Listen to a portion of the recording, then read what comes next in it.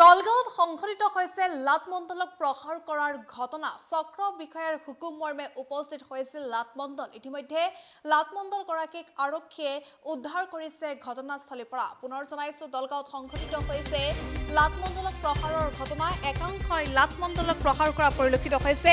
চক্ৰ বিষয়াৰ হুকুম মৰ্মে উপস্থিত হৈছিল লাটমণ্ডল গৰাকী আৰু ঘটনাস্থলীত আৰক্ষী উপস্থিত হৈ উদ্ধাৰ কৰিছে লাটমণ্ডল গৰাকীক। দলগাঁৱৰ ৰাজহ চক্ৰৰ অন্তৰ্গত ৩ নম্বৰ বৰবৰুৱাৰ ৰিয়াজউদ্দিনৰ আবেদনৰ ভিত্তিতে দলগাঁৱৰ ৰাজহ চক্ৰ বিষয়াৰ হুকুম মতে লাটমণ্ডল গৰাকী উপস্থিত হৈছিল ভূমি সৰজমিন তদন্ত কৰিবলৈ আৰু তাৰ পাছতে এই ঘটনা সংঘটিত হৈছে। প্ৰথম অৱস্থাত গালি গালাজ পাৰিছিল মণ্ডল গৰাকীক আৰু তাৰ পাছতে প্ৰহাৰ কৰা পৰিলক্ষিত হৈছে। ঘটনাস্থলীত দলগাঁও আৰক্ষী উপস্থিত হৈ উদ্ধাৰ কৰিছে লাটমণ্ডল গৰাকীক। এই দৃশ্য এয়া হৈছে লাটমণ্ডল গৰাকী আৰু লাটমণ্ডল গৰাকীক প্ৰহাৰ কৰা পৰিলক্ষিত হৈছে।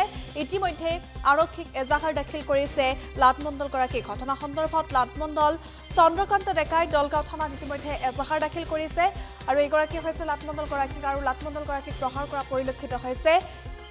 চক্ৰ বিষয়াৰ হুকুম মৰ্মে গৈ উপস্থিত হৈছিল সৰজমিন তদন্ত কৰিবলৈ ভূমি দখলত আৰু তাৰ পাছতে প্ৰথম অৱস্থাত গালি গালাজ পাৰিছিল আৰু তাৰ পাছতে প্ৰহাৰ কৰা পৰিলক্ষিত হৈছিল। আৰু পুনৰ এই ঘটনা সংঘটিত হৈছে দলগাঁৱত পুনৰ লাটমণ্ডলক প্ৰহাৰৰ ঘটনা সংঘটিত হৈছে। চক্ৰ বিষয়াৰ হুকুম মৰ্মে উপস্থিত হৈছিল এইগৰাকী লাটমণ্ডল আৰু তাৰ পাছতে প্ৰথম অৱস্থাত গালি গালাজ পাৰিছিল আৰু তাৰ পাছতে প্ৰহাৰ কৰা পৰিলক্ষিত হৈছে। ইতিমধ্যে ঘটনাস্থলীৰ পৰা আৰক্ষীয়ে উদ্ধাৰ কৰিছে লাটমণ্ডল গৰাকীক আৰু তাৰ সমান্তৰালভাৱে লাটমণ্ডল চন্দ্ৰকান্ত ডেকাই দলগাঁও থানাত এজাহাৰ দাখিল কৰিছে।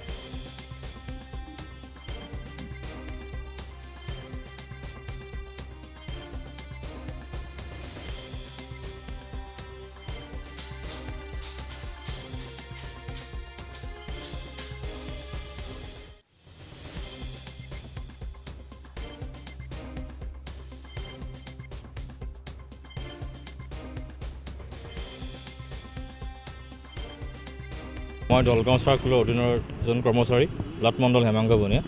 মই সহযোগী চন্দ্ৰ ডেকাৰ লগত তেখেতৰ লাটতেই বাটোৱাৰাৰ সংক্ৰান্তত আবেদনকাৰীৰ আবেদনৰ ভিত্তিত চক্ৰ বিষয়া মহোদয়ৰ নিৰ্দেশত আমি বাটোৱাৰাটোত তদন্ত কৰিবলৈ যাওঁ। তদন্ত কৰি ৰিয়াজউদ্দিন মানুহ বুলি কোৱা মানুহজনে এখন এপ্লিকেশ্যন দিলে ছাৰ। সেই এপ্লিকেশ্যনৰ আধাৰত আমি তদন্ত কৰিবলৈ যাওঁ।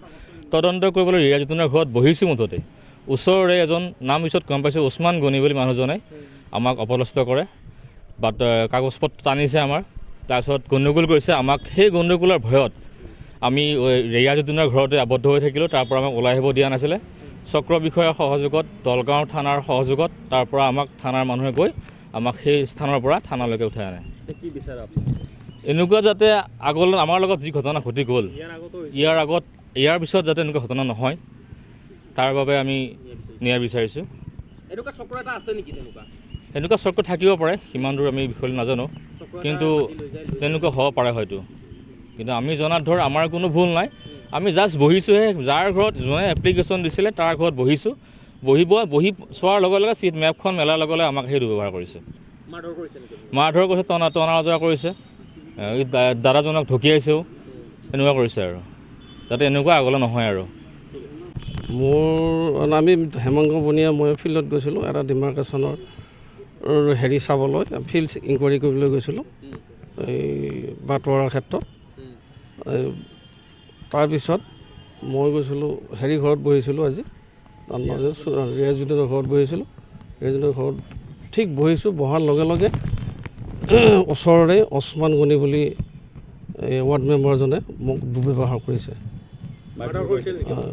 কি কয় ঠেলা হেঁচা কৰিছে মোক, আটকাইছে, পাৰিলে মাৰিব চাই, এনেকুৱা তাৰমানে। পিছত আৰক্ষী প্ৰশাসনৰ সহযোগত আমাক উদ্ধাৰ কৰি আনে। ৩ নম্বৰ বৰুৱা ছাৰ, দলগাঁও ৰাজহ চক্ৰ ৩ নম্বৰ লাটত। এতিয়া মই মোৰ নিচিনা গোটেইবিলাকৰে হ'ব নালাগে। মই আজি ধৰক সৌভাগ্যক্ৰমে বাচি আহিলোঁ বুলি ক'ব লাগিব। চববিলাক মণ্ডলৰে যাতে ঠিকে থাকে বা মোৰ নিচিনা হেৰি নহয়, সেইটোৱে মানে কামনা কৰিছোঁ। তেওঁলোকে আপোনাক মানে আক্ৰমণ কৰাৰ মূল লক্ষ্যটো মানে কিয় আক্ৰমণ কৰিবলগীয়া হ'ল, কি হৈছিলে? বাটোৱাৰা আৰু বাটোৱাৰাক লৈ বিশেষকৈ বাটোৱাৰা কৰ্তন বা হাল এনেকুৱা যিকোনো খবৰৰ বাবে যোগাযোগ কৰক 7099017330 লগতে 7099017110 নম্বৰত।